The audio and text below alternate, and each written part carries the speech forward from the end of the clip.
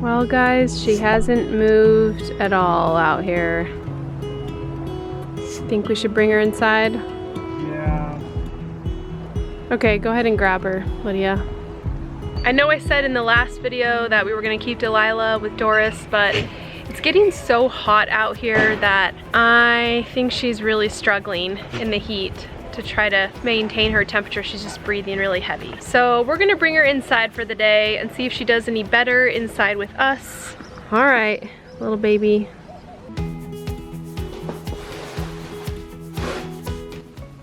There you go. She's like, what the heck is going on? Why am I in here? Let's let you cool down, see if you do any better in here. So this morning we noticed that Delilah was breathing pretty heavy and that it's getting warmer outside, which is gonna make it harder on her to be able to maintain her body temperature and be able to deal with all of her stuff. So we made the decision today to bring her inside, keep her inside and bottle feed her. Gotta try it and see if it's gonna help her. Maybe we should give her a little cow, brother and sister, to lay with, so she's not. Okay. Look, it's like your sibling. There you go. Now you're bigger than them. She's just gonna chew on She's gonna lick it. That's what she does with her sister. Take a little nap with your sister. Okay.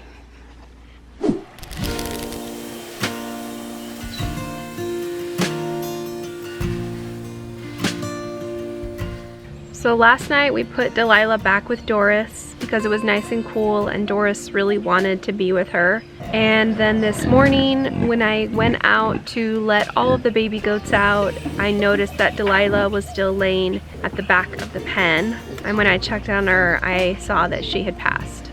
I feel a little bit guilty, like I should have kept her inside, but I'm not even sure what I could have done because we would have been asleep at night as well. So we decided to bury her underneath the mulberry tree at the back of our pasture. She was such a sweet little baby goat, but she just wasn't strong enough to survive.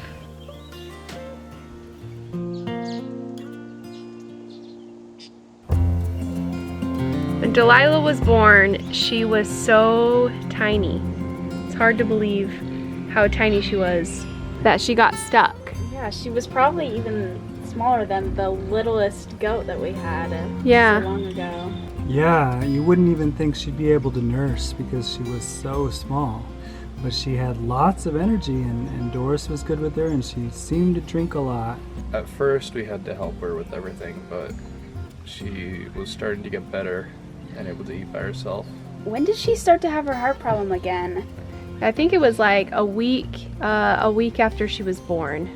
We noticed that she was breathing really fast, and I thought that maybe she had a fever and had some sort of infection. But when the vet did an ultrasound, she found out that she actually had an enlarged heart and she was leaking fluid. There was really nothing we could do because the vet told us we could just give the Lasix to try to reduce the fluid a little bit, but there's no surgery possible or anything.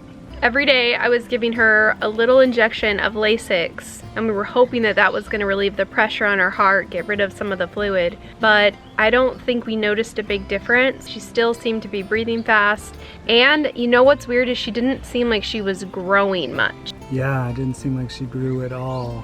I think it's better that she didn't have to suffer through the Arizona heat and stuff like that. Yeah, it would have been a really hard summer on her. Yeah.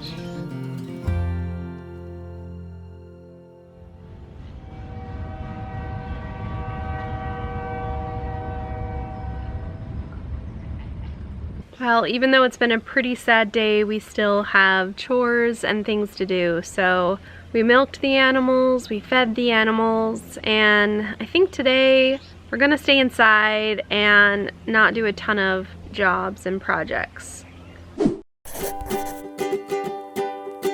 Tonight for dinner, I'm gonna make our famous green chili burritos, but this time I have to make the tortillas homemade because we just don't have any. And we can't just run to the store like we used to. So it's pretty easy to make homemade tortillas if you've never done it before. The trick is to use really hot water when you mix up the dough so that it comes together really smoothly. Then after that, all you have to do is cook it on a skillet, about a minute each side, but I always like to undercook them just a little bit so they stay nice and soft and don't crack when we roll them into a burrito.